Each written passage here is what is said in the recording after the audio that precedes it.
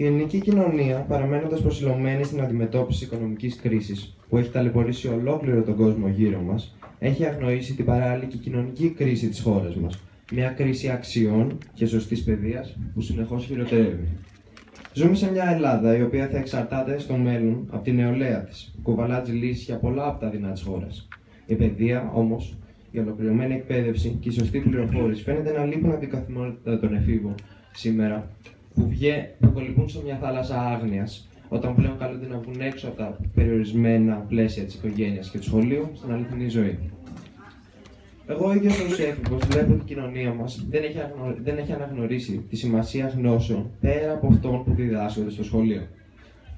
Μιλώ για τα πραγματικά μαθήματα ζωής, που θα πρέπει να λαμβάνει κάθε έφηβος από το γύρο περιβάλλον του για πράγματα τόσο απλά όσο το μαγείρεμα, μέχρι και σημαντικότερα, όπως η ενημέρωση για θέματα παγκόσμιας εμβέλειας, όπως για παράδειγμα το προσφυγικό ζήτημα.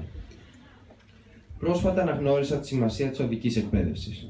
Αναζητώντας περισσότερες πληροφορίες, είδα πως οι νέοι απέχουν από γνώσεις για το πώς πρέπει να αλληλεπιδρούν με τους οδηγούς ή τους πεζούς και να ερμηνεύουν τα σήματά τους, όντως αδιάφοροι για τον κώδικα οδικής κυκλοφορίας.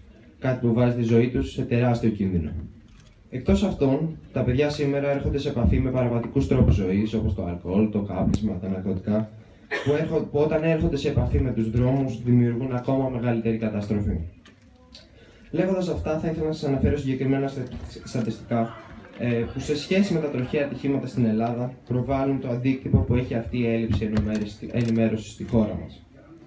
Κάθε χρόνο στην Ελλάδα, όπως βλέπετε και στις οθόνες, 2.000 περίπου άτομα χάνουν τη ζωή τους από τροχαία ατυχήματα. Το χειρότερο βέβαια είναι ότι 1/3 από αυτά είναι νεαρά παιδιά και νέοι ως 25 ετών. Επίσης, πολλοί από όσους δεν χάνουν τη ζωή τους τραυματίζονται πολύ σοβαρά, καθιστώντας τα τροχαία ατυχήματα τη συχνότερη αιτία θανάτου, αλλά και πρόκλησης μόνιμης αναπηρίας σε νεαρά άτομα.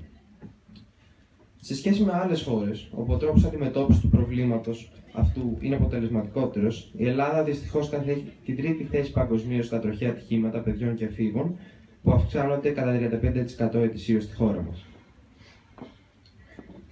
Προτού προσπαθήσουμε να αντιμετωπίσουμε τα συνεχώς αυξανόμενα τροχαία ατυχήματα στην Ελλάδα, πρέπει να δούμε πού υστερεί η ελληνική κοινωνία σε σχέση με αυτό το θέμα. Υπάρχει καταρχάς μια πολύ μεγάλη ανάγκη ενημέρωσης με απλό και κατανοητό υλικό, ώστε οι έφηβοι να εξοικειωθούν με την πραγματικότητα της σωστής οδικής συμπεριφοράς. Μαρτυρίες, βίντεο, εικόνες είναι επίσης σημαντικά, αφού κάνουν αυτού του είδους την εκπαίδευση πάρα πολύ πιο άμεση. Πληροφορίες για ειδικά θέματα, όπως η τάση για επικίνδυνες συμπεριφορές εφήβων, είναι επίσης αναγκαίες. Ενώ τέλος, συνεργασίες με φορείς πρέπει πάντα να υπάρχουν, αφού έτσι θα περάσουμε το μήνυμά μας μαζικώς και πολύ πιο γρήγορα. Στόχος μας λοιπόν είναι να επικεντρωθούμε σε θέματα πολύ βασικά ή και πολύ ειδικά, όπως η χρήση ζώνης, την προσοχή στο πεζοδρόμιο, τους ανήλικους οδηγούς ή τη χρήση του κινητού καθώς οδηγάμε. Όλα αυτά όμως βάζοντας βάρος όχι μόνο στον ίδιο τον οδηγό.